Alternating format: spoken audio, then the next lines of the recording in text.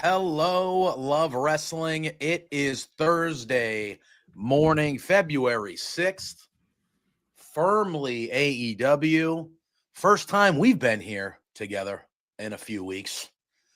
But we are here. We are here to talk some AEW this morning. We had Dynamite last night. Grand Slam that's happening next week is taking shape.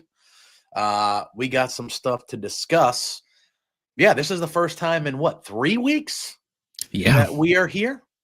I had to find we found a guest for you a couple weeks ago. We had a guest for me last week. So the band is back together today for the first time in a few weeks. Excited to be back today for Firmly AEW. It's been a little bit since we've talked the AEW. But first and foremost, Drew, as always, how are you doing this morning, my friend? it's cold and it's snowy. There's more slushy here. I think you have more. Oh, we're having a full-fledged storm. I almost had to start like 5 or 10 minutes late here. We were here. We started at 10 a.m. because I'm a professional and I make sure I do things. But there was a chance that I was going to send a message out and be like, we're going to be starting at 10:05 today, y'all. We're going to be starting at 10:05 because it is coming down. It is coming down out there. Yes. My trash guys came. They came early to avoid the storm, and the trash truck slid into the ice and went into the forest across the street from my house. And they were stuck there for like 55 minutes today. So that was what woke me up, was their truck repeatedly beeping at 7:15 in the morning. It's a great time. It was a great time. But yeah, rock and roll, man. They don't put chains on the tires. I would think a trash truck would be a truck that would have protective, things for weather, but apparently every garbage truck in New York has a plow on it right now. Yeah, see, we don't do that here. We have separate trucks for plows, and then they go on the road at the same time, and it's a friggin' disaster. But for the most part, we're doing all right. But yeah, that happened this morning. Very eventful morning with the snow. I think we're not supposed to get a. Here's my thing, right? And I'm going to sound old here. There's not that much snow out there. You know what I mean? Like right now, yeah, it's snowing. Don't get me wrong, it's snowing. But I would say there's like 2 inches, maybe. And they canceled school last night. That is ridiculous. I can tell you from firsthand example that they didn't cancel school when I was going to school when we had like 6 to 8 inches of snow. They didn't cancel school. They only canceled school if it was a blizzard. And these kids is an inch out there. You only found out the morning of. Yeah, there was exactly. Last night, the day prior. Oh yeah, we'll find out. 24 hours in advance. Last night, they cancel school. I wake up today, and at 7:15, when all that nonsense is going out there, there's barely snow on the ground, barely. And I'm sitting there going, "What? Ridiculous." You wonder why everyone grows up soft. But anyway. I digress, Drew. Also, one other thing. I took a bus. When I was a kid to school. Did you always live in New York City? Were you always a city kid? Or did you live I've always lived here. Okay. So I don't live in the city of Boston. I live on the outskirts of Boston, right? I had to take a bus to school when I was a kid. My whole elementary school, I had to take a bus. There was not bus stops to every individual kid's house like there is now. There was one bus stop, and whether your house was around the corner or a mile and a half away, you walked home. You got off at the bus stop and you walked home. Now, if you get caught behind a school bus, they're dropping kids off individually at their homes. What is going on? Anyway, geez Louise, why don't you just get him a friggin' limo? It's a joke. Well, anyway. They was always that way in where I live. Well, you lived in a city, so it's different. I don't live in a city. I live in a rural town. You pick 5 bus stops and the kids walk. They're gonna live. They're gonna live. For the love of God. Anyway, that's my snowstorm / whatever rant. Makes no sense. Makes no sense. Anyway, how you doing? How you doing? You doing all right? Yeah. I do agree with you on the bus thing, because sometimes, it's like 1 block per stop. It's like, come on, y'all could like meet 1 block per stop. Yeah, I've seen them stop at 4 or 5 houses on the same street, so 1 kid can get off the bus. What? Yeah, that's excessive. You stop at the top of the street and you get off the bus and you walk your ass home. That's how that goes. Anyway, whatever. Anyway, we're here. AEW. I don't know why I went on that tangent, but it is what it is. It's been bothering me for years. I don't get it. Why wasn't they doing that for me? You don't think my fat ass, when I was 8 years old, wanted to walk 1.5 miles every day? I needed it. But you think I wanted to do that? Absolutely not. Drop me off at my damn house. Ridiculous. So anyway, in the chat, Sandy's here. Johnny's here. Asian Joe. Mikey. Appreciate all you boys. David is here. I cannot, once again, like I said on Tuesday, for people who maybe didn't watch on Tuesday, I cannot see the chat because I am not logged in. I will be doing that. They're all agreeing with me, telling me that I am the smartest man alive. That's what they're saying. I 100% trust that you are telling me the truth. That's what they're saying. Agreed. Yeah, listen. I understand it's probably for child safety, and at the end of the day, child safety is what matters. I get it. But where the hell was the child safety when I was a child? They didn't give a shit about me. They still don't. They didn't give a shit about me when I was a kid. They were like, no, Chubster, you can walk 3 miles to your house by myself, like as an 8-year-old. Nobody cared. Walking on the side of the road, cars whipping by. Nobody cared. Now it's like, oh, delicate flower. Well, let's drop you off in your driveway so nothing happens to you. What about me? Anyway, AEW. Dynamite. Now, did you watch? I was obviously in Indianapolis, and Collision went against the Royal Rumble. However, I heard, the ratings. Yeah, Asian Joe is correct. It's made me into the grizzled old adult that I am today. It's made me who I am, for good and bad. Anyway. Exactly. Mikey's saying that he started walking to school in like 1st grade. Like, what child safety are you talking about? Exactly. It's a different breed. I didn't even take a yellow bus. What does that mean? You took the city buses? City you bus. Take like the city with the the adults. Yeah. So you didn't even have like actual school buses where it was just all the kids. I mean, there are school buses, but I just wasn't on a school bus. So you took like the adults that the regular people took. Like Yeah. the adults and the working class, and you were just in it. They probably. No, I mean, not just me. There would be other kids. Yeah, but like you weren't in a like kid only school bus. You were in a bus with everybody. I'm sure those adults loved it when they saw you and your friends walking on that bus. They're like, oh, great.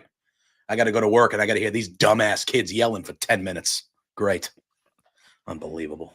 Imagine that. Imagine you're on a bus to go to work. You're probably in a suit or something ridiculous on the bus. And then 9 second graders walk on the bus and you're like, great.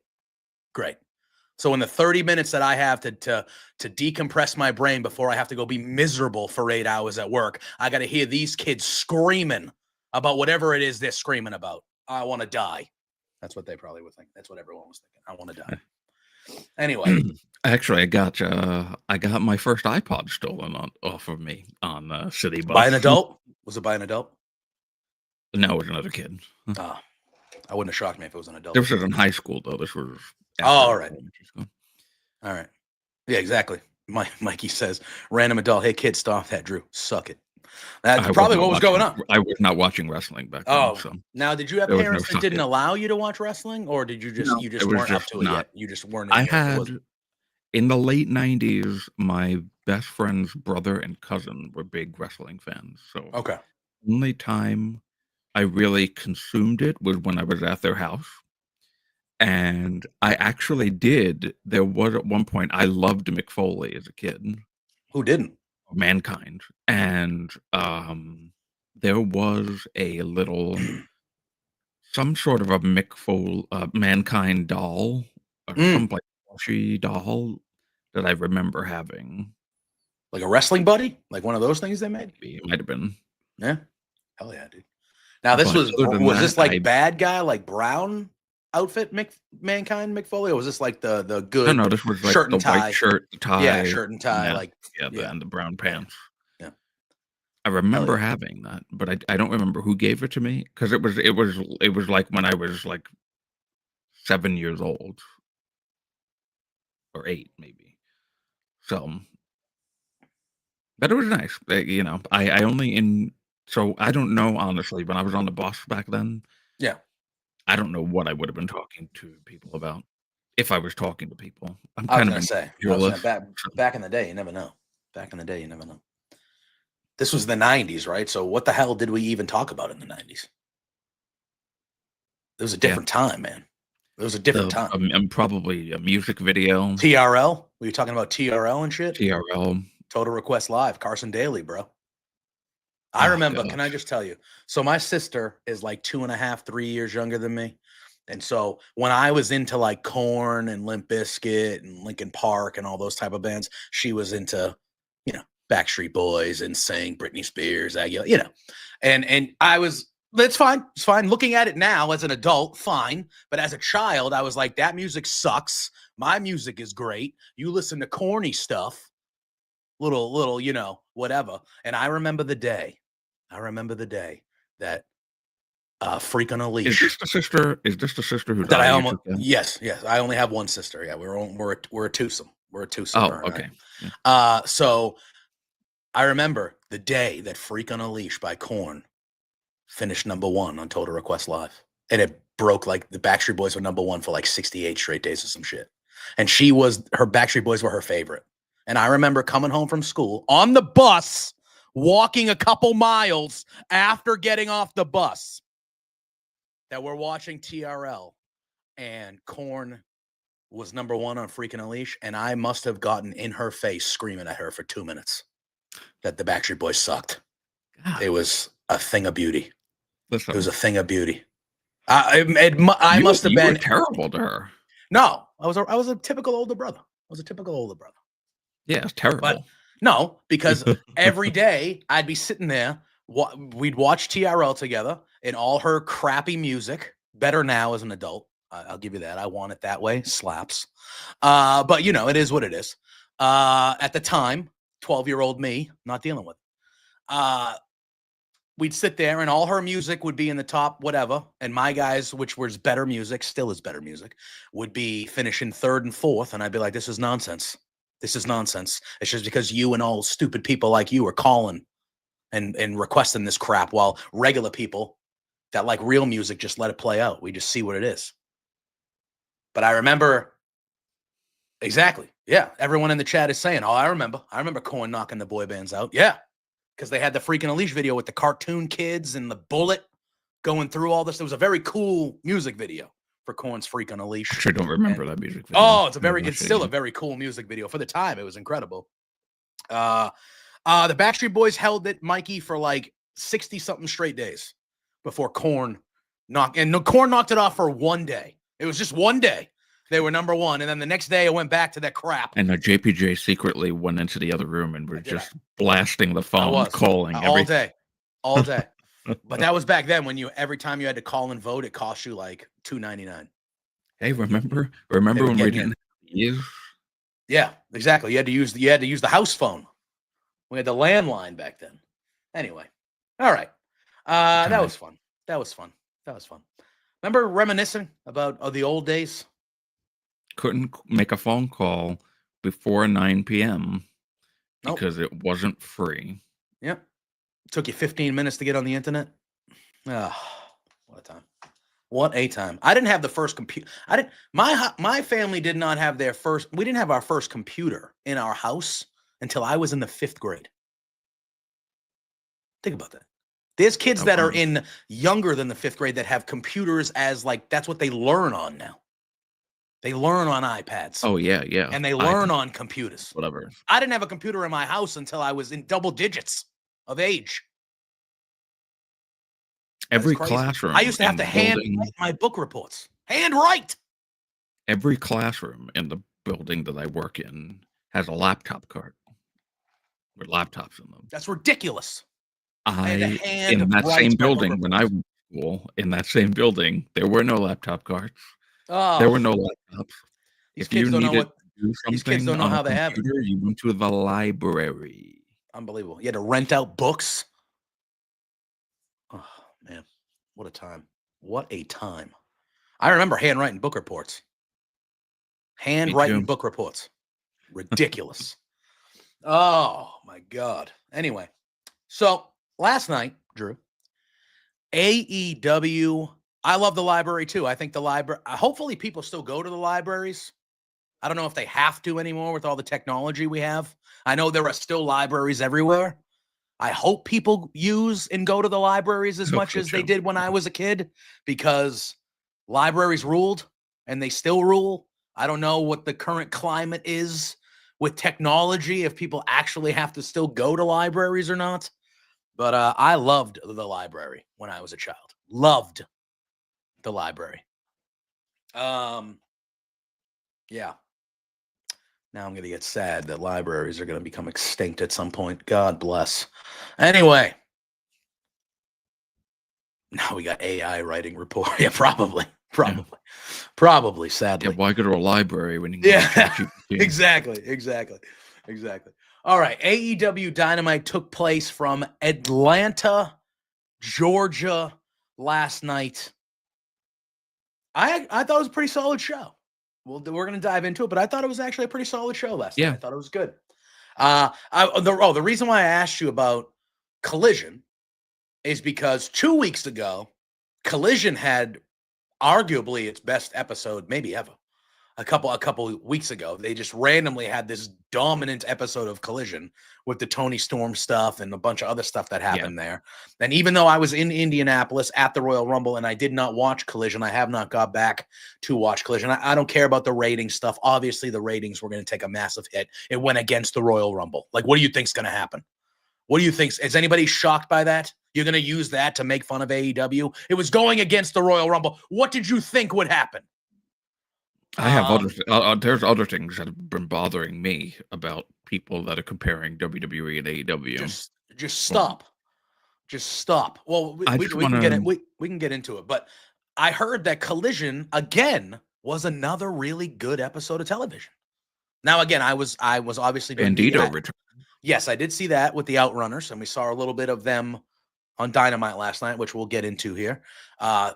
But I heard it was another good episode, at least, of Collision, which is a good thing. I want Collision to become an episode of television that is must watch again. I feel like it's been a while since it's been that.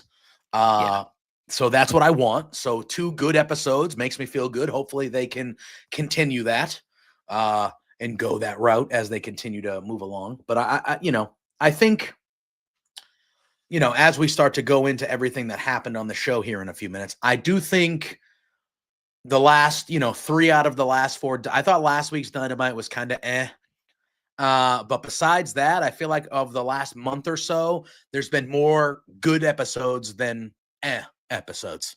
And I feel like they're kind of hopefully they're getting their stuff together and they're kind of getting on a little good run here, because Revolution is right around the corner, and Revolution is, for the last couple of years, you can make an argument that Revolution has been the best pay-per-view on the calendar of AEW that they put on the last few years. And that's coming up here soon. And I hope they really start hitting a little bit of a stride as we're getting there. But anyway, before we dive in the show, you just said, do you have anything you want to talk about? Greater conversations than the show? Any themes, any things that you got to get off your chest before we start attacking what happened in the show? What I could get off my chest could take up hours. Well, there's this one stupid thing that popped up from Busted Open. That's just, oh God. What? It's just so stupid. It really is. It's like it's just feeding into the continuous tribalism out there. And Dave LaGreca, I think his name is, right? And Bully Ray doing that show together. And they're just like, listen, sometimes I go, why am I not on a radio station getting paid to talk about wrestling? Because I feel like I could just make it way more entertaining than these people. And I wouldn't be, talking down to people who enjoy things that I don't enjoy because. Oh, I know. But to me, I think you're misconstruing this clip. I think the clip that you're talking about. You're talking about when he was talking about the 5-star matches? Yes. That, to me, was directly about Jey Uso. And that was about the fans that were saying Jey Uso didn't deserve to win the Rumble because he doesn't have a good work rate. And that was LaGreca saying, you can take your 5-match work rate and shove it up your ass. The beginning of Raw is the reason why he won the Royal. So I took that different. I didn't take that as he wasn't saying, it didn't seem like he was mentioning just WWE in that clip. Well, no, he wasn't. But I saw that clip. And at first I felt the same way that you did. And I still kind of do a smidge. But looking at the whole thing, I think that was really directed towards the fans that were being really anti-Jey Uso because he doesn't have good matches. He doesn't have 5-star matches, so he shouldn't have won the Rumble. And I think that LaGreca I don't think he was talking about that as like a greater whole. Nothing to get off my chest then. No, but I know what you meant. And in general, yes, I do agree with your sentiments. But I think that at least in that clip, like why he kind of went off there, I think he went off because of the amount of people that were saying that Jey Uso shouldn't have won the Royal Rumble because he's not a 5-star. He doesn't have 5-star matches and he's not a good in-ring wrestler. And I think that's what sparked that. Even though I agree with your sentiment that, yeah, I understood what he was trying to say. I just felt like he should have said it probably a little bit better than that because it did come off as he was shitting on people that like 5-star. You know what I mean? Because there are people out there that prefer having banger matches all the time as to other things, Right. But because it's not all about. The thing is that it's not all about wrestling or just about storytelling. They're both supposed to be blended in a beautiful, happy marriage. That's the point of professional wrestling. It's not just storytelling and just matches. You've got to blend it together. That's what a professional wrestling show is supposed to do.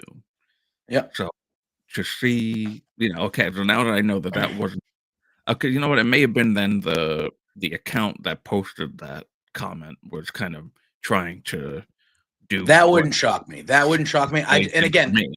Yeah.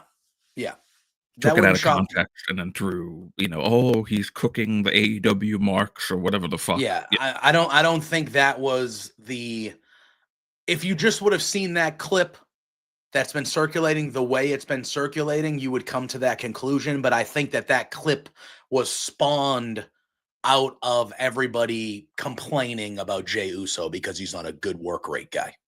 And I think that's where that came from. Okay. So I don't think he was attacking people that like 5-star matches as a whole. I think he was basically saying, did you see what happened at the beginning of Raw with Jey Uso? Yeah. Who gives a shit about your 5-star matches? That's why he won the Royal Rumble kind of thing. I think that's what that kind of spawned from. And then obviously people are going to take it and try to get their clicks and get their bullshit in and get, at least that's the vibe that I got. If I'm wrong and you're right, then have at it. But I'm pretty sure that's at least what I took out of it. That's what I took out of it. I will be wrong and sit here in my wrongness if that's the case. I don't want to say you're wrong. I don't want to say you're wrong because I do think there is a certain, I do think he could have phrased it a little bit differently so it didn't come off as it like looking like he was shitting on people that cared about 5-star match. You know what I mean? But I think that was like the crux of the subject that led to it. Johnny is saying, oh, did you see any of the footage from the Jericho cruise? Enzo and Cass getting back together? I saw Enzo and Cass. Did you see Will Ospreay with MXM? Ricochet with the wig. I saw Ospreay with MXM. Yeah. Those look like they're fun. They do. Those cruises. Yeah, unfortunately, I get seasick. So yeah, on small, I do too. Yeah, I would have to be taking the Dramamine. I would have to be Dramamine. I mean, Brandon in the chat saying Toni Storm is the face of the women's division now. I think she's been the face of the women's division for like 2 years, man. She's been the face of it for a while. So yes, now I agree, but it's been that way for a while. And then Aubrey, thank you for your comment. We have a show on Tuesdays where we talk Firmly WWE. I know we were just talking a little bit about it, but we really go in depth with WWE stuff on Tuesdays. So we usually, today is really an AEW thing. But yeah. So if you want to hop in on Tuesdays, we go way, way, way more in depth on Firmly WWE about WWE. That's on Tuesdays at 10 a.m. Today is AEW, even though I know obviously that last clip involved. So we jump around, but all right. So Dynamite opens last night. We get the montage of everyone arriving to the arena. And we see Renee Paquette interviews Switchblade Jay White. He talks about his kind of new relationship he's forming with Adam Copeland. He says it's being built in real time. He says we don't have a history together. He goes, I got a little bit of a history with FTR, and we haven't always seen eye to eye. He goes, but we have a common foe in the Death Riders, and that is enough. And then as we look, the Death Riders roll up on Jay White. And they can't see it, but behind them, Adam Copeland and FTR roll up. So the odds are even, and we get a big-time brawl to start this show, Drew. It starts on the outside of the arena. It goes all the way through the backstage, all the way through to the ring. We get a little bit of a brawl in the ring. Eventually, Jay White and Rated FTR clear the ring of the Death Riders. But before they can leave, Adam Copeland grabs the mic. He points to the crowd and he says, Moxley, I don't know if you can hear them, but they're chanting somebody's name. Obviously, they were chanting his name, Adam Copeland. And he says, I need your answer. Because Copeland has challenged Moxley for an AEW championship match at Revolution. Moxley then goes towards the ring, and we're like, all right, here we go. And he grabs the mic and he says, you deserve nothing. You will get nothing. My answer is no. And he throws the mic away. Literally did Willy Wonka on him. Yeah, exactly. That was literally the quote. Good day, sir. You stole fizzy lifting drinks. So that happens. And then as Moxley and gang are trying to leave again, Jay White grabs the mic. And he goes, all right, well, he goes, I have an offer for you where, how about it's you and Claudio against me and Adam Copeland, no rules, anything goes, in a Brisbane brawl at Grand Slam, to which Moxley accepts that one. So he still has not accepted the one-on-one for the title with Adam Copeland yet, which we assume will happen eventually. However, next Saturday on Grand Slam, we have another match added. It will be Moxley and Claudio going against Jay White and Adam Copeland in a no rules, anything goes tag team match. So let me tell you what this reminded me of. Yeah. It's unfortunate that it reminded me of it. Yeah. This reminded me. So at World's End, we compared this to the Bloodline, if you remember. Because Yes. it's Like the like a Death big, Riders? yeah. Yeah. It's like, oh, it's just a big clusterfuck now, and every single member of the Death Riders gets involved, and they don't get thrown out, and now Moxley wins. LOL. So this reminded me of the Bloodline also, because this is like, oh, so the world title is not being defended on a big show. Instead, it's thrown in a tag match, and it's not being defended. And they also have other sets of titles, the trios titles, that are also being defended and have not been defended for months now, it seems.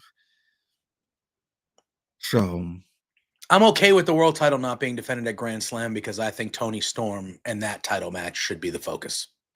So I'm okay with that part of it. well, Because I do okay, think it will so be it's going to be defended at Revolution. It will be Copeland and him at Revolution. We're going to get that match, right? yeah, So that but will that's be the another match. month away. I know, which yes, I agree with the overarching sentiment of your statement. I'm okay with Toni Storm and her world title match being the main focus of Grand Slam. I'm okay with that being the main event, that being the main world title match.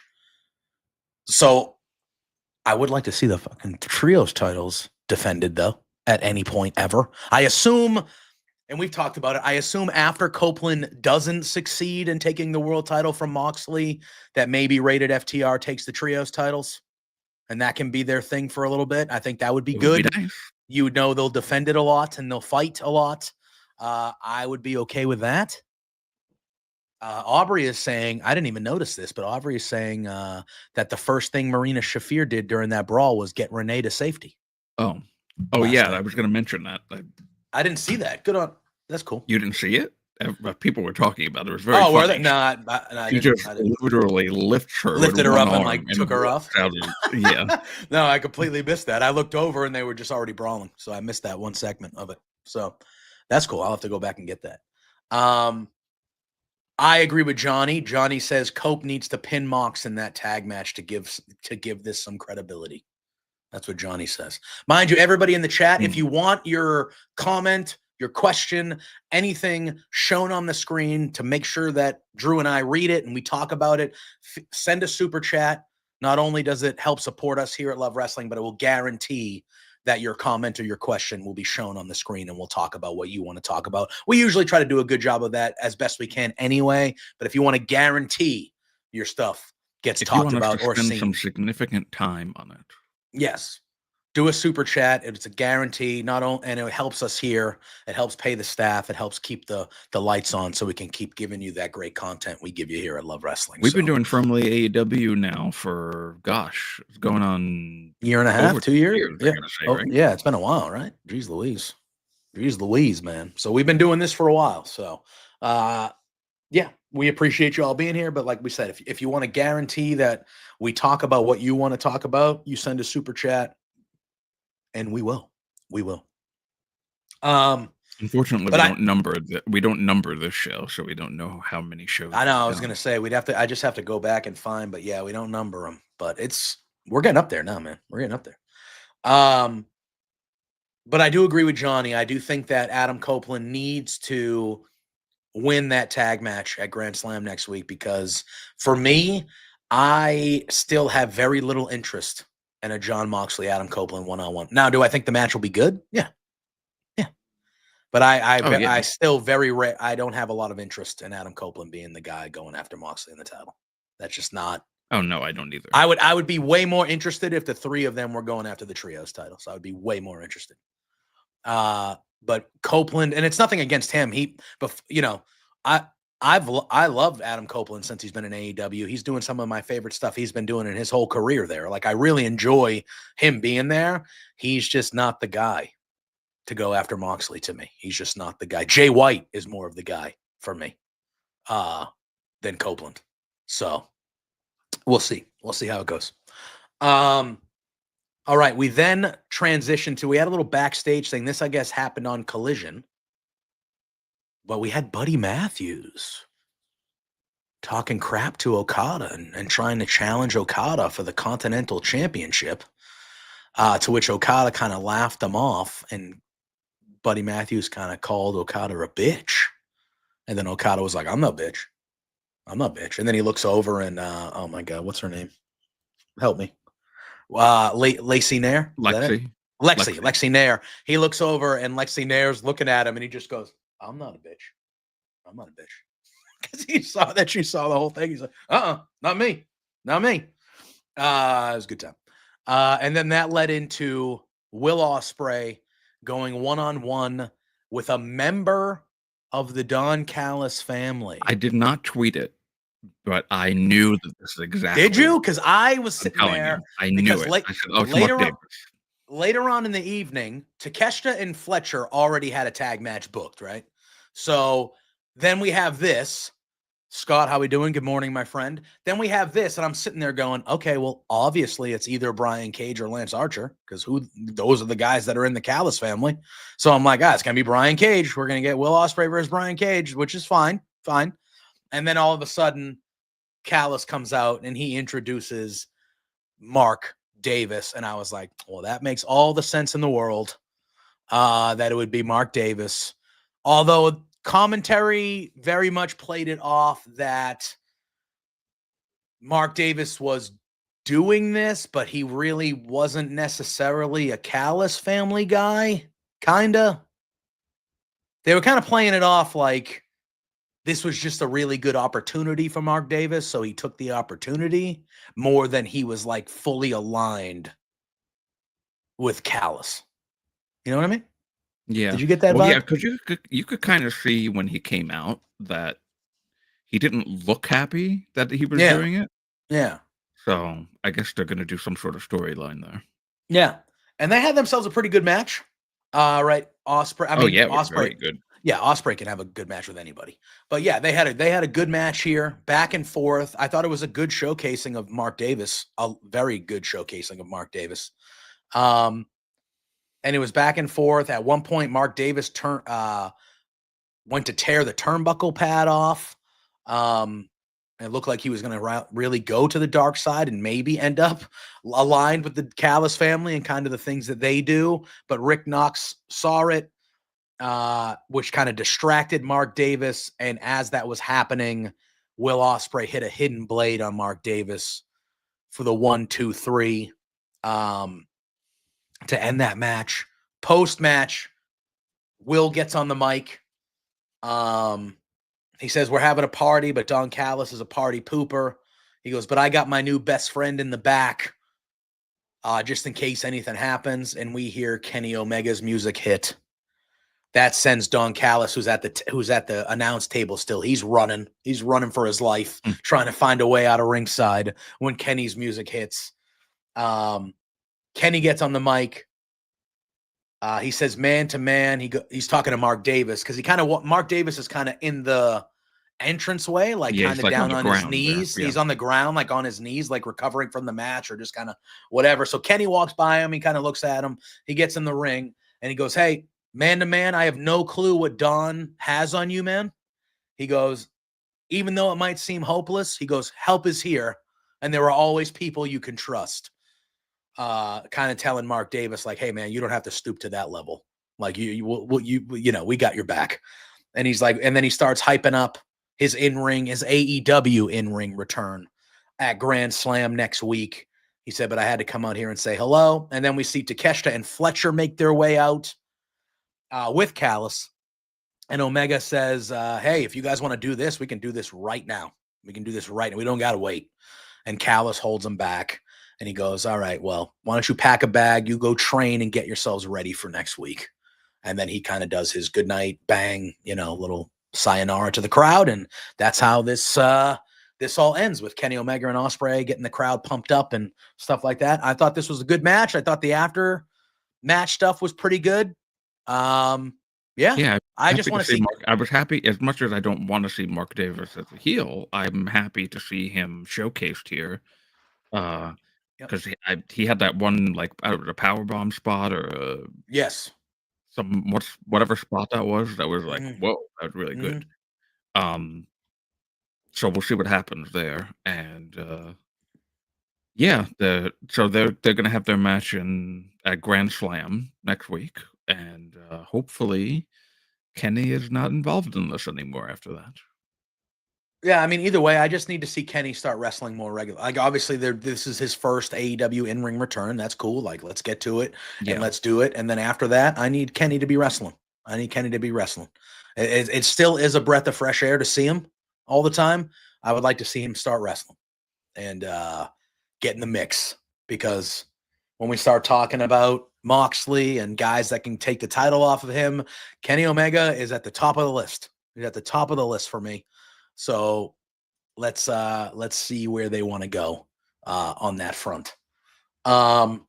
We then had the Hurt Syndicate make their entrance to the ring. MVP gets on the mic.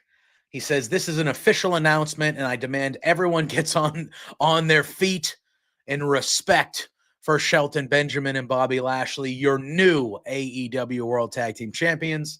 They get a good response. He goes, "We're putting everyone on notice. If you are an AEW athlete and a champion, get ready, because eventually we will see you, we will hurt you, and we will take your title." And the crowd starts going, "We hurt people." The crowd's chanting the song and all that fun stuff. Good stuff. Oh yeah, they were doing the "We Hurt People" before "We Hurt People" came in the music when they were entering. Yeah. It's just so nice to see that over, because that is one of my favorite songs, my favorite entrance themes right now. Yep. And then so MVP starts talking again. He says, "But until that time, we're open for business. And if you'd like an opportunity to challenge for the tag titles, the lights go out."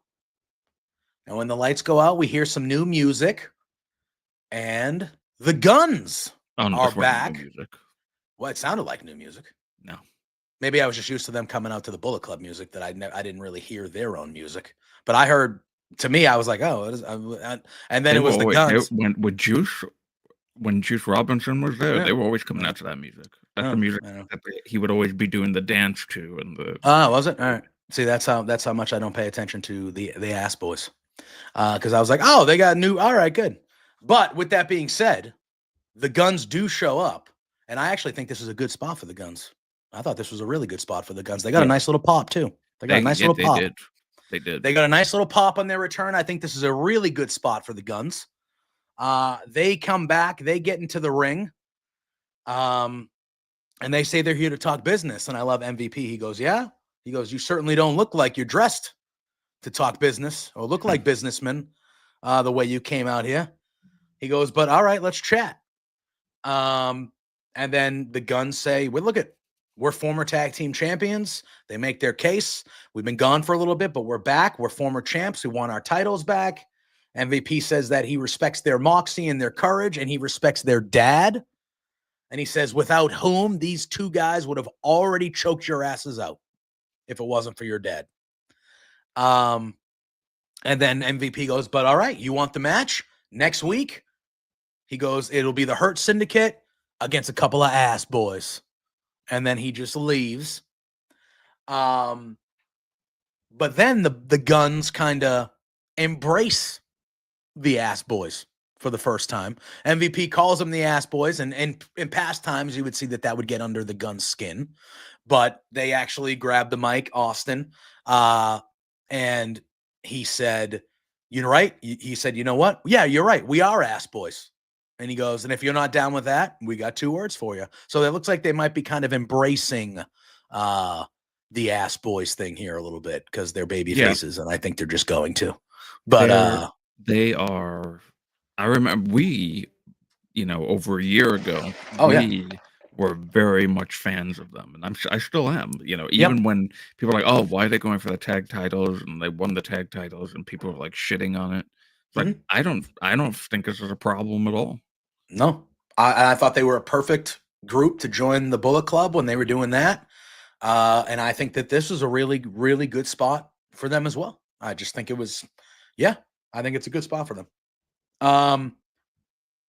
We then are backstage, and it's Renee Paquette, and she's looking to interview Mercedes Mone. Just tremendous. Again, just truly. And then we see the arm with the Mercedes Mone puppet. Says that it has a monumentous announcement that Harley Cameron will be live in concert in Houston. And then Harley slides into frame. And she's the one that has the Mercedes puppet. Excuse me while I slide out for a moment to turn something off. All right. And she thanks Mercedes for the wonderful idea. And then her and Renee are going back and forth. And then we see the real Mercedes Mone come out of the locker room. Mercedes says, Harley, are you stupid or dumb? Are you stupid or dumb? She says. And Renee asks her to talk about her prospective opponents for Grand Slam. Mercedes says, she starts talking about, like, she remembers her first win. She remembers her first title win and her second title win and her third and her fourth. And she's kind of playing that gimmick up. She calls Harley a loser, rips the puppet off her hand, throws it to the ground before telling Harley to stay the hell out of her locker room. And then you noticed when she took the puppet out of her hand, she was doing this. Yeah, Harley, yeah. And so Mercedes tells Harley, like, get away from me, stay away from me. This isn't happening, which means it's definitely going to happening.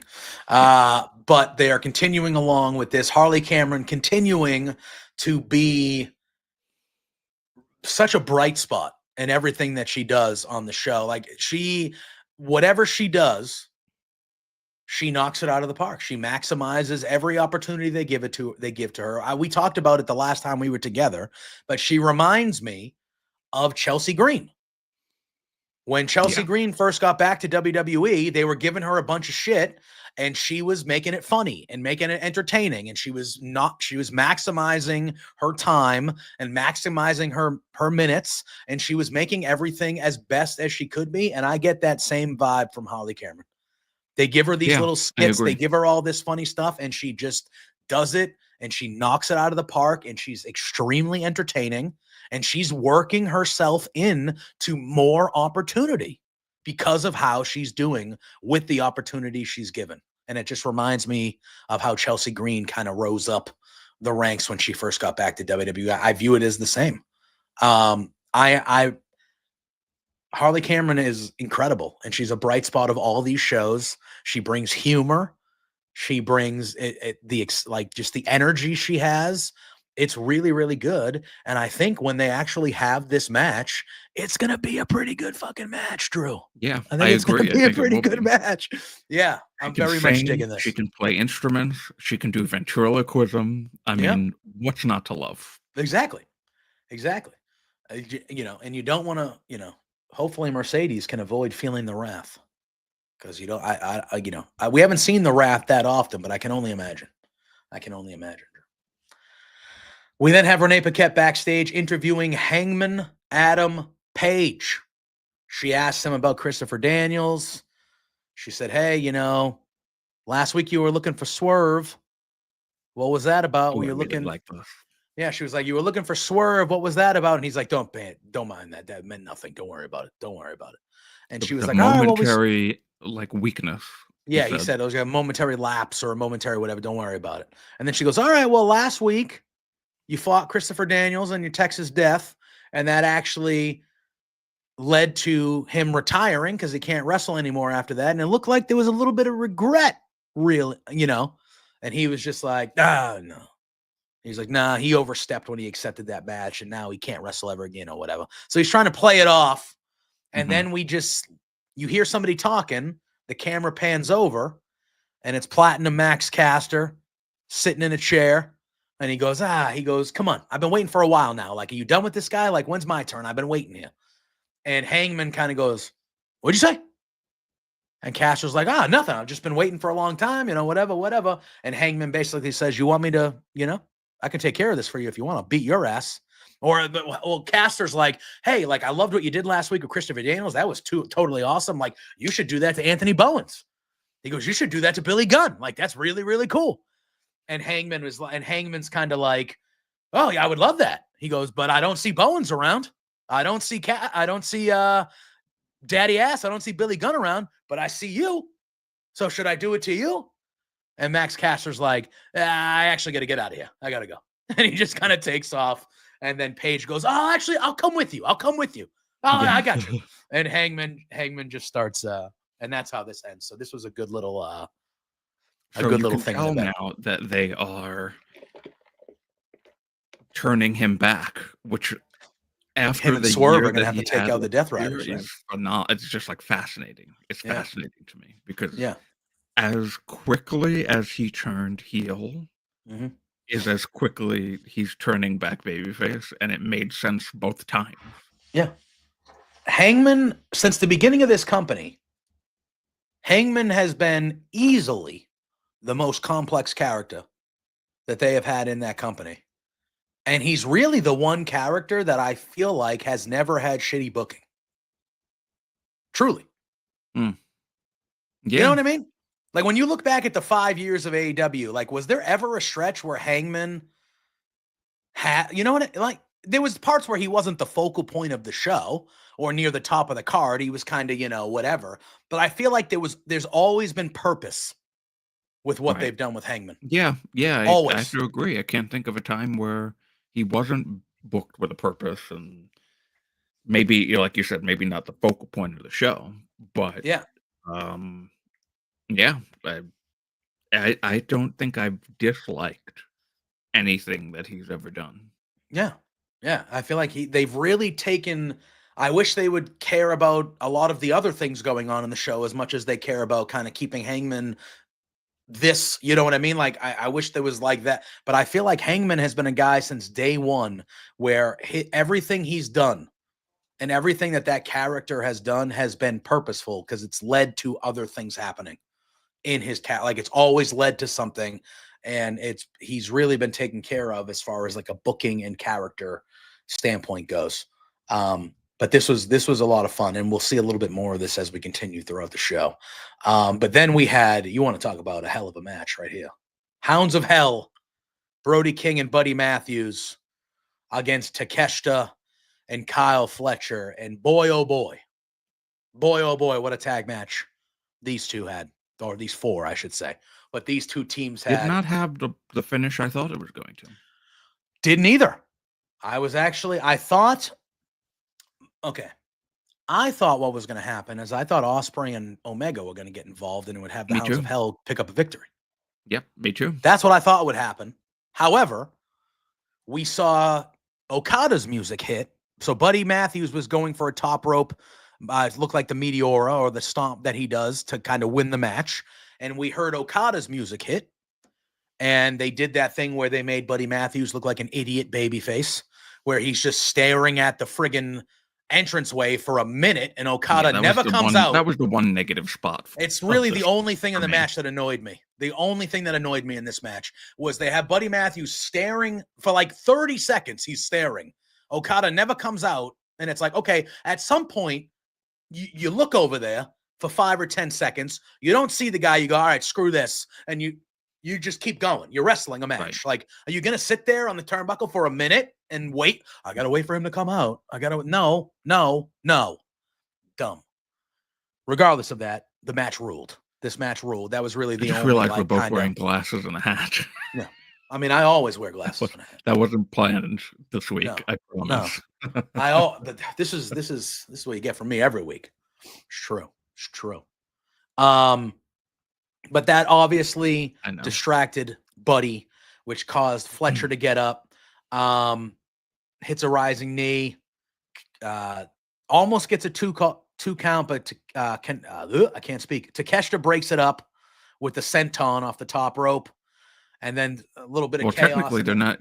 They're calling. Well, I think Kyle is calling them Protoshta. I think like Protostar and Takeshita. Oh, yeah, I'm not going to do it. I will butcher that. What is it? I think it's Protoshta. Protoshta. Yeah. So like, okay. Okay. Protostar and Takeshita.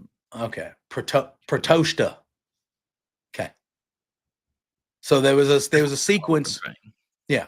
There was a sequence where it looked like Kyle was going to get pinned. Takeshita jumped off with the senton, broke it up, and then Kyle Fletcher ends up hitting Brody King with a hanging DDT, kind of Randy Orton style, hanging DDT off the middle rope. That almost got a 2 count, and then they did an assisted brain buster to Brody King for the 1, 2, 3. Takeshita and Fletcher win by pinfall over the Hounds of Hell. Great tag match. Very good. I thought the Hounds of Hell would get a victory, though. Like you did, Drew. So did I. But I get it. They want to make Takeshita and Fletcher, they want to build them up for the tag match next week against Ospreay and Omega. So I understand them winning the match, obviously. I just thought it would be maybe, why don't you have those guys cost them so Hounds of Hell can get a big win on TV and be like, oh, shit, they'd be okay, good, But they went the other route, which is fine. But it looks like we're clearly leading up to a Buddy Matthews versus Okada match for the Continental title, which, yes, please. I just want to put out there, too, as a gay man, I appreciate the social media happenings of Takeshita and Kyle Fletcher at times, because they they lean into it. Yeah, they know their audience, and I appreciate it. And I actually tweeted about it. There was a section of this match where it was Brody King and Takeshita one-on-one for a while. And I tweeted and I said, I need Brody King versus Takeshita proper, please. I need it. That would be great. And I would really like to see that one-on-one match at some point, because as far as I'm concerned, Brody King should have all the belts, because I love that man.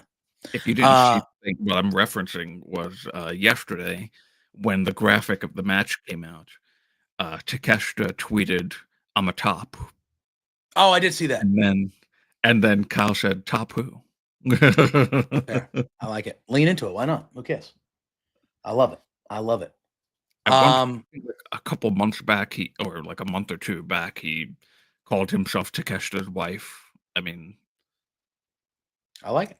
Why not? Yeah, why not? Who cares? All right, we then have a backstage segment. We see Samoa Joe and Hook walking backstage. Hook is really asking Joe, like, yo, what's going on, man? Like, well, what's the deal? What are we doing back here?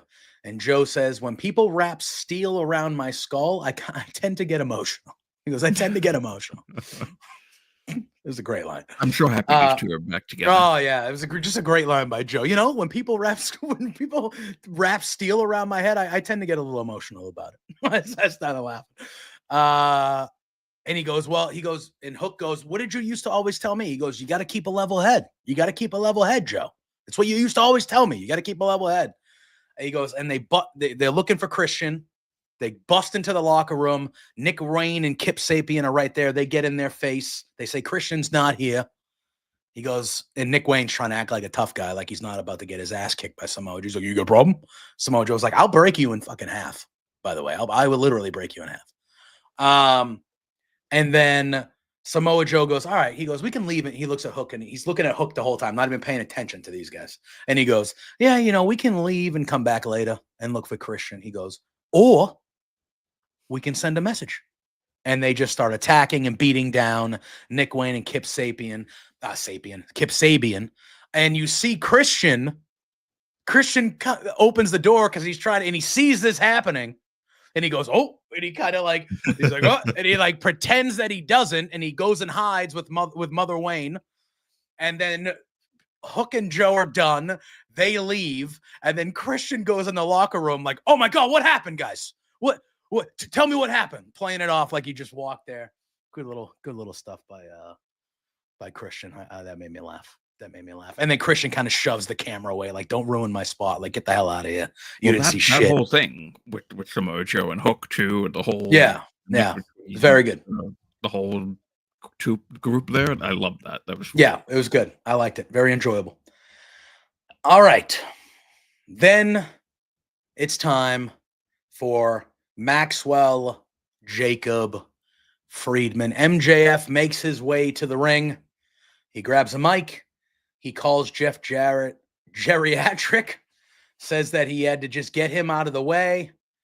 He says he had to get that out of the way. So he had to teach him a lesson. And he goes, and the lesson is that the E in AEW stands for elite, not elderly.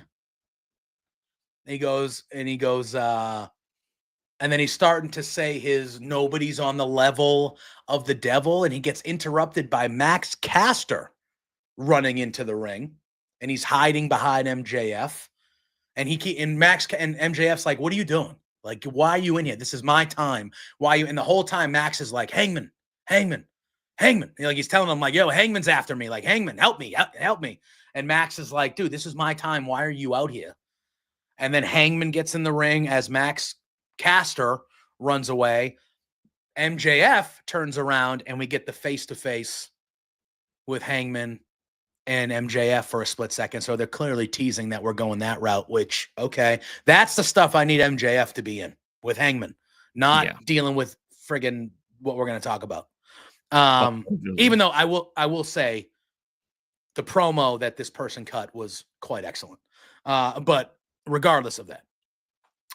So they do a little thing, and Hangman doesn't really say anything. They just kind of look at each other for like 5 seconds or so, and then Hangman says, like, all right, I got to go. And he continues to go chase after Max Caster. MJF is kind of baffled. He's on the mic. He's like, what is going on? Like, this is my time. He calls Hangman a talentless, worthless hack as he's leaving. I thought Hangman might come back, but he didn't, but he left. And then all of a sudden we get the entrance of the natural Dustin Rhodes. Dustin Rhodes gets in the ring. He gets in Max's face. Very impassioned promo by Dustin Rhodes. Yeah. And I thought it was a great promo by Dustin Rhodes. He says, I've been Jarrett's promo. Yeah. He goes, I've been in this business for a long time. I've seen you degrade people. I've seen you talk about people's wives and that. He goes, but you even talked about people that aren't here anymore, like my good friend Owen Hart. And MJF kind of smirking and like walking towards the corner. And then Dustin kind of kicks it up a notch and he starts yelling. And he goes, I suggest you keep his name out of your mouth or I'll kick your teeth in. And he goes, stop talking about people's wives. Stop talking about their past issues with drugs and alcohol. He goes, I'm one of those people that has past issues. He goes, I'm 16 years sober. I've actually looked the devil in his eyes, and I've actually kicked his face in. He goes, I crawled out of hell, Max. He goes, you are not the devil. You are not the devil.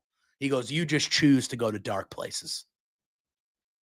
He says, there's a reason that I'm 55 years old and I'm hanging with everybody on this roster. He goes, it's because I'm a survivor. I'm the last of my kind, and I've survived everything. I've been through it all. And it was a very, very good promo by Dustin Rhodes. Very passionate, screaming, and he was talking about real shit. And then MJF says, all right, timeout. Like, he goes, everybody give it up for Dustin, kind of being his kind of, whatever. He goes, the part though, where you said, okay. And he also said that he was better than Max. And he used the tagline on Max. He goes, there's a part where you said that he's better than me. He goes, that was interesting. He goes, because I imagined that all your years of being a worthless drug addict have turned your brain into Swiss cheese. He said that, you were a man and it took 37 long, hard, arduous years just to get out from underneath your daddy's shadow. And Dustin starts getting a little, okay, yeah, keep going, buddy. I'm going to knock your teeth out. Max starts laughing. He goes, oh, did I strike a nerve? And he goes, the sad part about this whole thing is that after the hard work and sacrifice, he goes, now you live in the shadow of your wee little baby. And before he can say brother, Cody, obviously, Dustin cracks him and he starts lighting him up. He's hitting them everywhere. And all the agents come out, pull him apart. Jerry Lynn is out there. Christopher Daniels is out there. They're all breaking him apart. They get him apart. Dustin then runs after him. They keep brawling. They separate him. MJF's outside the ring. He runs back in the ring. They do that part of the brawl. They finally get separated. Then Christopher Daniels is standing right at the top of the ramp, and MJF kind of gets face to face with Christopher Daniels, and he kind of says something to him like, "Oh, you can't wrestle, like you're retired, blah blah blah," and kind of laughs at Christopher Daniels' face. And the whole segment ends with Christopher Daniels kind of close up in the camera, looking like he's pissed off. Okay, I think we have to attack this in two different ways, Drew, because again, I thought the Dustin Rhodes promo was an excellent promo. I thought he crushed it. I thought it was fantastic. I thought it was very good. However, I do not need MJF dealing with these old guys. Like, MJF should be doing more important things to me. Yeah, because also what you didn't mention at the end here, when they were being separated, Jerry Lynn also came out. Yeah, Jerry Lynn was in there. Yes. So, like, they have all these old, him and Daniels, Dustin Rhodes, like, is MJF just going to be beating up all the old guys? Like, is that what we're doing right now? I guess we're making him the legend killer. Like, and again, like, so like Scott in the chat, he says we could have used this time for another women's match or added it to the main event for a little bit more time. So, like, I'm not against the segment. I like the segment. It's just the main thing that I need to address here is that we do not need Max to talk every week. It's I agree. Okay. We can take a break. I agree. I agree. And listen, I'm not even saying it necessarily against him. I'm saying it as, let's just have something else on the show. Yeah. Like Scott just said, I don't need to see Max come and have a 12 to 15 minute promo segment every friggin' week. We can leave him to a little 60-second thing in the back, or just not have him on the show at all. Yeah. It's okay. Yeah. He'll be fine. We'll be fine. It won't hurt the story at all. And you'll get something else on the show. Yeah. I agree. And, I put him over on Tuesday for filling in for me last week, but Dan Brown is in the chat. So thank you to Dan once again for filling in for me last week here on Firmly AEW. He says he agrees, but he disagrees because he really wants to see MJF do a segment where he goes to a bingo night and starts beating up senior citizens or starts roasting all the old people. Now, that would be funny. And I think that would be different. And that would be a segment that MJF would thrive in. And MJF thrives in most his shit. Don't get me wrong. But so, I like what we saw last night. It's just, come on. That idea I'm literally now just picturing MJF at a podium on a stage. Yeah. Shouting, B6. Yeah, B6. I-27. And then there's a bunch of old people sitting at the tables in front of him dressed I don't even want it to be, I don't want it to be old wrestlers. I just want him to be making fun of regular old people. Oh no, but they have to be in cosplay as you could do all the old wrestlers, Sting and Billy Gunn, The Natural, Jerry Lynn, Jeff Jarrett, like all of them, just having them there. And they're like, oh. And then when one of them gets a bingo, they just keel over. And he's like, oh, that's so sad.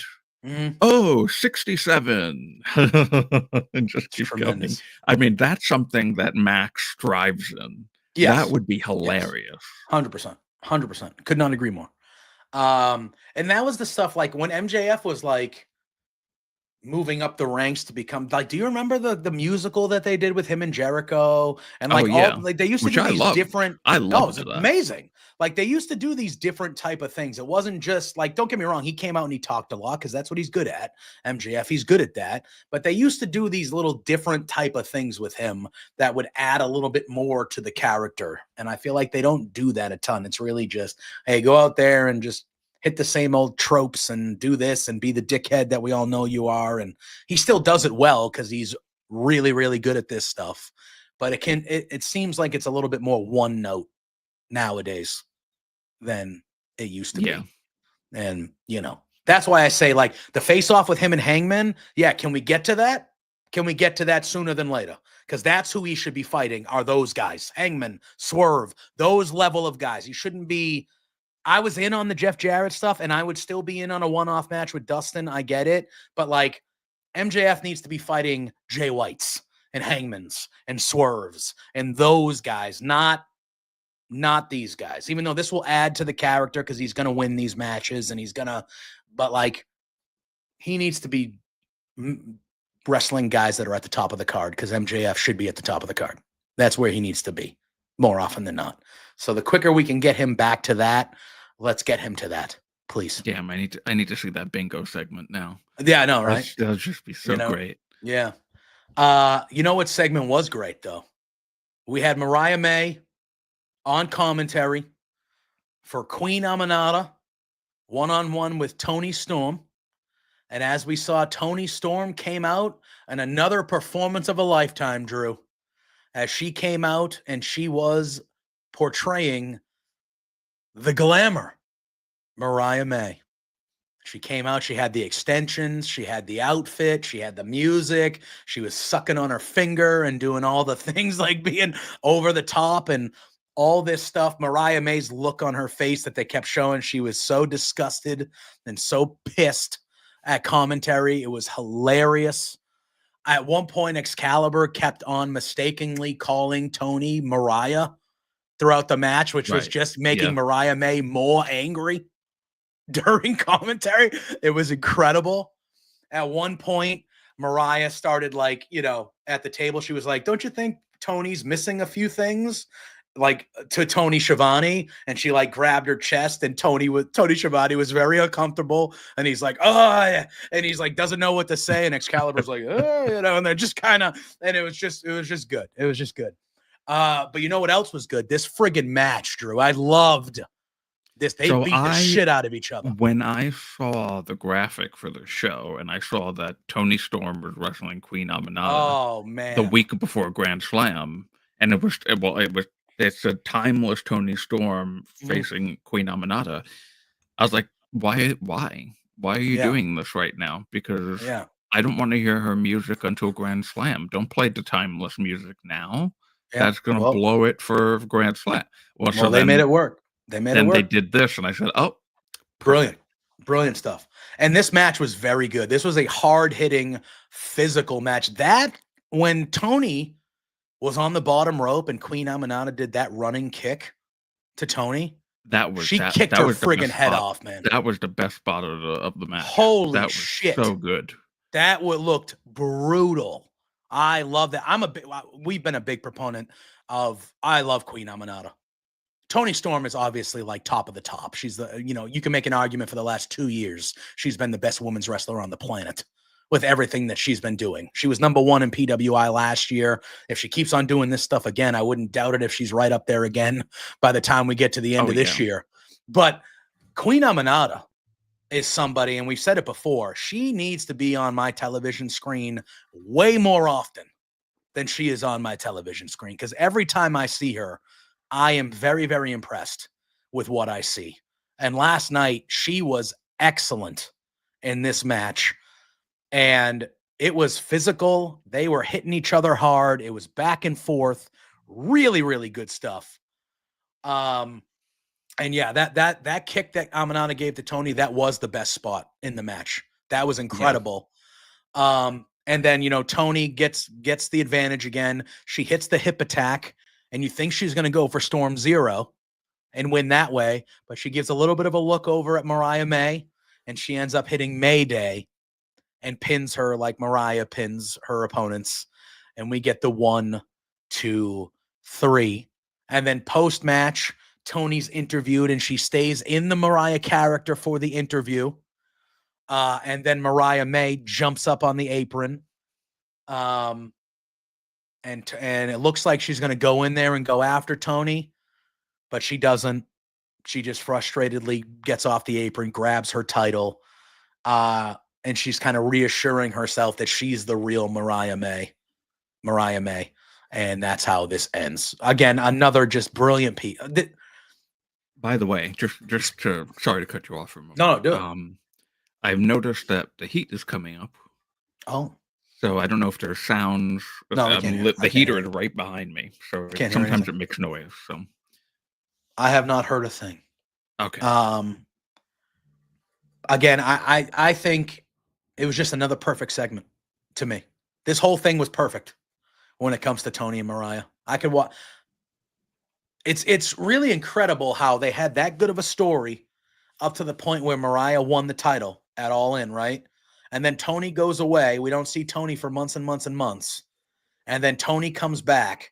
And the second since she's come back, they've gotten right into this stretch again where this story is just perfect, Drew. They do not miss with this story. No. Everything they do is perfect. This specific part has been a 100% hit. 100%. It's incredible. It's incredible. And this was another really, really great segment. And even though I am under the impression that Toni is going to, I don't know if you want to save it because next week we're going to be talking about Grand Slam, but I'm almost at the point right now where I don't want Toni to win a Grand Slam. You don't? No, because I want this to continue. I want this to continue. I want this to continue. You don't think it would continue with Mariah getting angry? No, I think if Toni wins the title, maybe Mariah could become timeless in a sense. Like maybe. I don't know. Like I have a feeling that when Toni Storm became timeless by losing the title, then Mariah becomes her version. Not the same thing, literally. It's one of those things where these two have been feuding on and off for like over a year, but I also don't want this story to end at all because it's just so good. And the different things that they add into it are just like, I don't want the story to end at all. I just don't. So, I mean, we'll have to see. I would assume that Toni Storm is going to win that belt back in her home country, but I kind of want this to keep on going. I kind of want this to keep on going forever and ever. It's so good. We then have another Dustin Rhodes. Dustin Rhodes got 2 promos. Yeah.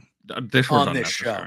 This one I felt like was not necessary that much. You could have just released this on social media and it would have been fine.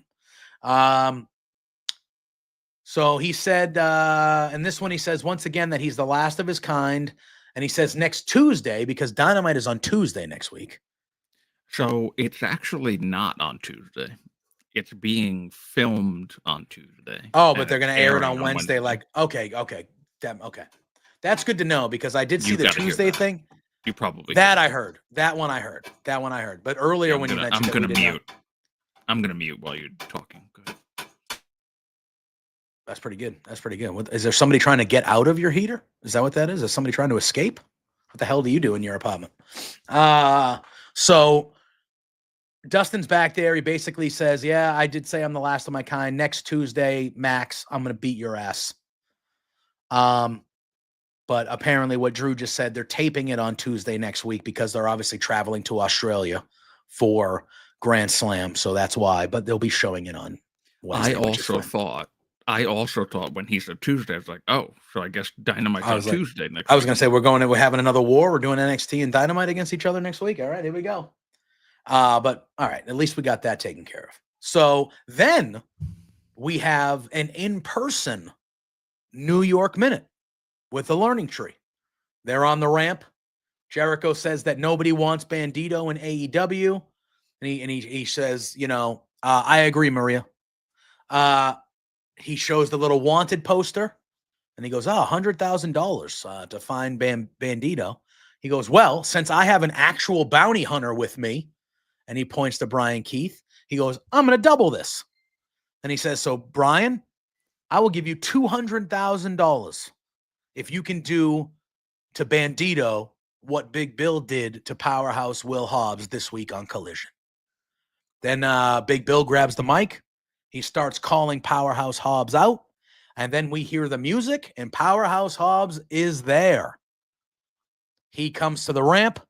The 3 of them are there, and Powerhouse just charges all 3 of them. He doesn't give a shit. He just goes right after him. He's brawling with all 3 of them. And then right as the numbers are starting to take hold, we see the Outrunners arrive.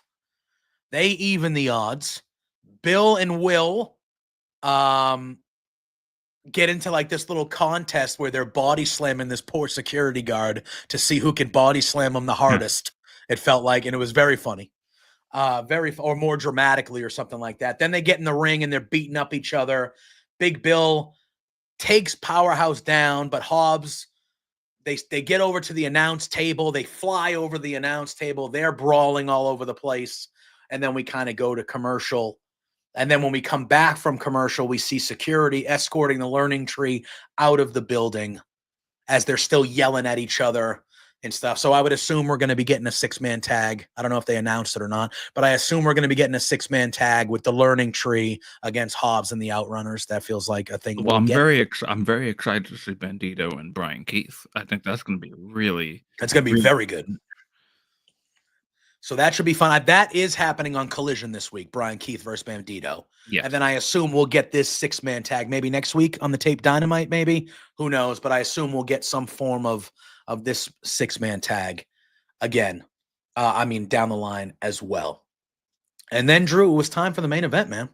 And it was a main event that you, and a lot of us were waiting for. It was Ricochet versus Swerve. Swerve makes his entrance first. And before he can even get down to the ring, Ricochet appears from behind him and lays him out with the steel chair on the entranceway. And then we finally get into the ring. The bell rings, and we have a match. And these two did not disappoint, Drew. These two did not disappoint. No, they did not. Very, very good, as you would expect. Before we talk about who won the match, talk to me a little bit, Drew, about, because I know you, but me and you both, but I know you have really enjoyed this side of Ricochet. Talk to me about this is exactly what I have needed, and I didn't even realize that I needed it, because when he came into the company, I was really excited that he was going to be like this big time babyface Ricochet. Mm-hmm. And then I don't even say that it was that the crowd turned on him necessarily, because he was. I feel it. The only time I can pinpoint him starting to get a negative reaction was after he tried joining the Hurt Syndicate, and yeah, everyone was like, that was nerdy, and then he got rejected. Yeah. And that's when, like, and I wouldn't even say negative. I don't even feel like negativity is the right word, but just like a slight downtick. It was just like a slight downtick. And then was the Brody King C2 match, where he cheated to win. Yeah. And that's when you're like, oh, okay, so something's going on here. Mm-hmm. At first, I thought, or I think even both of us thought, he's trying to get the attention of MVP, so this way he can get into the Hurt Syndicate. But it's not even really about being in the Hurt Syndicate anymore. It's just about being an asshole. Yeah. And then the TP spot in Hammerstein, that was really, that leaned into it. Yeah. That was well, now we're fully, and that's, it's people like jokingly say, oh, well, now he's the villain arc, but I think that was like the origin story. Yeah. As his villain origin story. Like that was him just standing there in the ring covered in toilet paper with the crowd shitting on him. Mm-hmm. And he's just like, he has this like scowl on, and that was it. And then he gets the golden scissor and he stabs Swerve the next time we see him. Yeah. And they also, I don't know if you saw, and I'm going to be honest with you, I don't like buying shirts with wrestlers' faces on them. Mm-hmm. But I have a Ricochet shirt with his face on it, but it's not a it's like a painting style. It's not like a picture, just a literal picture of him. Did you see the new shirt that I very rarely pay. I don't buy merch, so I very rarely pay attention to the merch at all. I usually don't buy. It's too expensive. I don't buy them. It's very psycho coded. Okay, that's fair. It's like a shirt that if you wore it outside, somebody might think that it's based off of a horror movie. Fair. That's fair. That doesn't shock me. That doesn't shock me. Yeah, I mean, we got people in the chat saying I got to put it on screen. The good people need Fernando says it was a fire main event. Absolutely was. Maria says the right person won. I agree, because at the end of this match, they're going back and forth. Swerve hits a house call. He's headed up to the top rope. He hits the Swerve stomp, but Ricochet kicks out. Then Ricochet hits a 450 splash, to which Swerve kicked out. And then there was a shooting star press. Swerve kicks out. And then all of a sudden, we're calling for the spear gun. He gets another house call, but Ricochet goes to the top.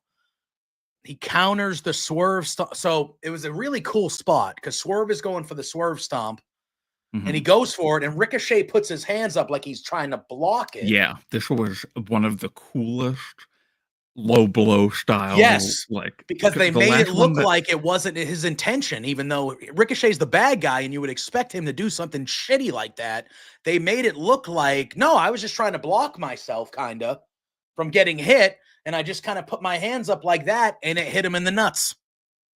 Right. And it reminded me of the low blow kick out that Roman would do. Yes. Like, where he made it look like I was kicking out. I was kicking out, man. Yeah. So they did that very well, and Swerve gets hit below the belt, but kind of not on purpose, and kind of, very and that leads to Ricochet actually hitting the spear gun and getting the 1, 2, 3. And then after the match, Ricochet I wasn't stunned that Ricochet won, but I wasn't expecting him to win. But I think it was the right move for Ricochet. He needed that win. He needed a win like that. I thought it was a really good decision to have Ricochet win that, because he needed a big time win. The shirt is I'll throw it up. And then post match though, Ricochet takes Swerve's robe. He takes the embassy robe. No, wasn't it Nana's? Is that Nana's robe? Well, he takes the robe and he walks out with the robe on, Ricochet. So that was a nice little thing, leaning more into it. This is the shirt that Drew was talking about here. So, yeah, that's a little crazy. Yeah. I like the aha. I'm almost tempted to buy it. Yeah. But if it wasn't I don't really like buying white shirts anymore. That's fair. That's fair. But yeah, I was like, I almost want to buy this because it's really good. Yeah. But again, I thought it was shitting on it. But on Tuesday, listen, if you, I don't say this as a tribalist by any means, but if you wear a Yeet shirt and you're complaining about that, there's something wrong with you. That's fair. That's fair. I wore a Yeet shirt on Tuesday, but I also the shirt too. Yeah. So, yeah, but yeah, I might actually buy that. I absolutely loved this and did not expect him to win. I really thought Swerve was going to win, and this was such a pleasant surprise. But actually, it was Swerve's robe. It wasn't Nana's robe. That's what I thought. You were right. It was Swerve's, right? Yeah. Yeah, it's just like, this is. I want the world title on this Ricochet. I think this is the Ricochet that could get the AEW championship. Maybe somewhere down the line for sure. I agree with Maria. She says this is the second best story in AEW right now, next to Timeless Toni Storm and Mariah May. I agree. I think that these are the two best stories they are currently telling in AEW, and the Hangman stuff. I would throw the Hangman stuff in there as well. I feel like those three stories are really the three stories with the most juice that I care about now. Are these three stories, Mariah and Toni, which has been a perfect story. I really am digging this Ricochet Swerve stuff. I hope it's going to continue. It needs to continue. I expect them to have some sort of brutal stipulation match at Revolution or something along those lines. Getting Swerve back to steel cage, Texas Death. I expect them to do some sort of crazy ass. Texas, actually. Yeah, it should be Texas Death potentially. Texas Death I could see happening. But I expect some sort of crazy ass stipulation match with these two. the Hangman stuff leaning into MJF soon and kind of what he's doing. Those are the 3 best stories for me that they're telling in AEW. And they're really telling them very well. They're really telling them very well. They're telling them very well. Obviously, we'll talk more about Grand Slam next week because we'll be days before it. But right now, we have 4 matches booked. We have Mariah May versus Toni for the AEW Women's title. We have Ospreay and Omega versus the Don Callis family. We have Jay White and Adam Copeland versus the Death Riders with Moxley and Claudio. And we have Kazuchika Okada versus Buddy Matthews for the Continental Championship. Another Australian. So they're really focusing Timeless Toni Storm, Australian, Buddy Matthews, Australian. I have a feeling that Mercedes Mone versus Harley Cameron will be added to this show as well. To kind of get that hometown flair. Jay White, obviously, I know he's New Zealand technically, but they're neighbors. They're close. It's very close to the Australia, New Zealand. So they're very much leaning into the home territory people and building a really strong card with the stories they're telling here too. So we'll probably have a full card ready to go by the time we're here next Thursday talking Firmly AEW. But like we said at the top, Drew, I thought this was a pretty solid episode of Dynamite. Not everything was perfect, but it was good. No, it was it was a lot more good stuff than bad. I almost wish that this was the episode that we had last week, so that Dan and I could have been more positive. Yeah, last week's episode. I feel like Dan liked this episode, and I liked this episode a lot more than we liked last week's episode. Yeah. I would have liked to have heard Dan's opinion on everything today. Fair. But yeah, so this was a very good show, and I very much enjoyed it, and I hope that this trend continues. Yeah, I hope so too. Anything else AEW related that you wanted to? Yeah, they had a good crowd last night too. Oh, the crowd was really, really good last night. I would agree. The crowd's good. That's a good call out, Fernando. I thought the crowd was very, very good. They understood the assignment and they did what they were supposed to do last night. I thought that they were very good as well. Any other AEW topics or things like that? Because it's been a couple of weeks since we've seen each other. And talked about AEW like this. Any other things in AEW that you and I haven't talked about over the last couple of weeks that you wanted to discuss that's on the top of the head? Think of anything. No, right? Yeah, I feel yeah. All right, well, I mean, y'all, that's gonna do it for us, dude. Look at that, 90 minutes in and out. Pretty good. Yeah. Pretty good. I would say, I know most of you are used to us going, 2 hours or 2 hours plus. I would say moving forward, you're probably going to see us in this 90-minute to 2 hour window. So instead of 2 hours or maybe a little over, I would prepare for 90 minutes, somewhere in between 90 minutes and 2 hours. That's probably going to be our window moving forward. Real life stuff and real life jobs, they take precedent. Blaming. It's me. If you can go get paid, you go get paid, people. That's how this works. And Drew's call time at the shoot job has been moved forward a little bit. So moving forward, you're probably going to get a good 90 minutes out of us, maybe a little bit over, as opposed to the 2 hours. But you're still going to get the same old great reviews that you're used to me and Drew, and the same old tangents and the same old kind of going to wherever it is that the conversation goes to with Drew and I. So that won't change. Just the timing of it might be a little bit shorter than you guys have been used to here, but that is what you're going to do. Atlanta usually has great crowds. They're a great wrestling crowd. They're just a great crowd in general. And they lived up to it last night. They were excellent. They were an excellent crowd. And it was a good episode of Dynamite. Like Drew said, hopefully it continues. Drew and I will be back here on Tuesday for Firmly WWE. I will be back here later on this evening, right on this very channel, 8 p.m. with Pluggo for Between to Beards. We're going to be talking about our Royal Rumble experience over the weekend. We have a couple buddies joining us on the show that were there with us doing media over the weekend in the Royal Rumble. At Royal Rumble, we have DC Hendricks from Body Slam joining us tonight, and we might have another guest joining us. We're going to keep that one a little quiet, but we might have another guest joining us tonight as well. So we are going to be talking about that. I'm sure we'll be talking about Raw and, AEW stuff. We're going to talk a little bit about the Super Bowl, even though I don't want to, because what a dreadful, terrible game we're all going to have to sit through with those two friggin' teams on Sunday. Just brutal. Who's in the Super Bowl? It's the Kansas City. It's the two teams that nobody wanted to be in the Super Bowl. The Kansas City Chiefs versus the Philadelphia Eagles. And it's going to be, look, they're two great teams. I'm hoping the game's good.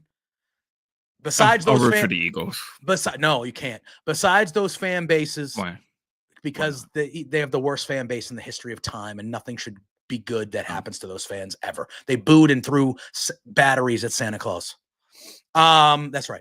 Oh yeah. The worst fan base in the history of time. The worst fan base in the history of time. They deserve nothing good to happen to them. Goodness. But no, he is not Fernando. Tom Brady is the GOAT. Patrick Mahomes is nowhere close. Even if he wins on Sunday, he's nowhere close. So get out with that. I don't know your age. Look at, they'll win 3 in a row, and that's a great prize, but you'll only have 4. The Patriots have 6. Tom Brady has 7. You're not close. Do not say he's the GOAT, because he's not. He needs to win 3 more before he's even close to that discussion. I'm not dealing with it. But anyway.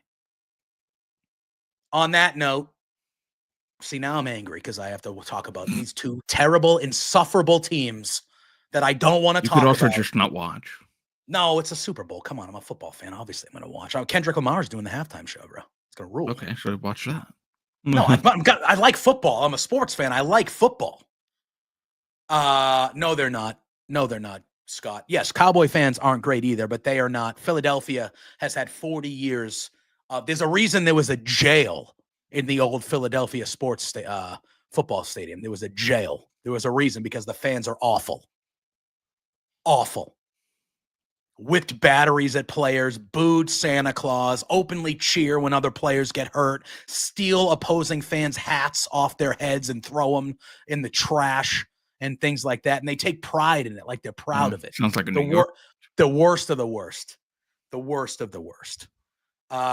You're right. He didn't, but Tom Brady accomplished way more than he did in his whole career. So when Patrick Mahomes is winning Super Bowls when he's 40, you can come talk to me then, Fernando. Nowhere close. 7 is not 3. 7 is not 3. And even if Mahomes wins this year, 4 is not 7. So again, I don't know if you're young, if you are, great, but pay attention. Pay attention to actual stats and what happens.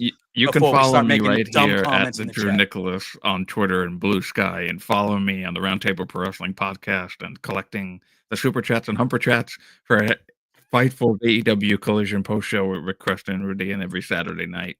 And follow us on Firmly AEW. I'm trying to get him to just stop talking about football. I'm not going to, because I have one more thing to say before we go. But do your thing. Yeah. Enjoy it on Between Two Beards tonight. Yeah. Lastly, Fernando, this is the last I'll say about it. You said Tom Brady did not accomplish what Patrick Mahomes did in his first 5 years. Yeah, that's because Tom Brady won 3 Super Bowls in his first 4 years, not 5, like Mahomes. So, okay. Watch Between Two Beards tonight, 8 p.m., right here on this channel. Me and Drew will be back on Tuesday. Appreciate all the love in the chat, even though most of you are wrong with your football takes. I appreciate all the love in the chat, all the support in the chat from all you guys and girls. Yeah. And I'll see you tonight for Beards. Go follow Drew where he said, and all that fun stuff. You can follow me here at JPJ Loves Gaming on all social media platforms. And until next time, y'all know the drill. Peace out.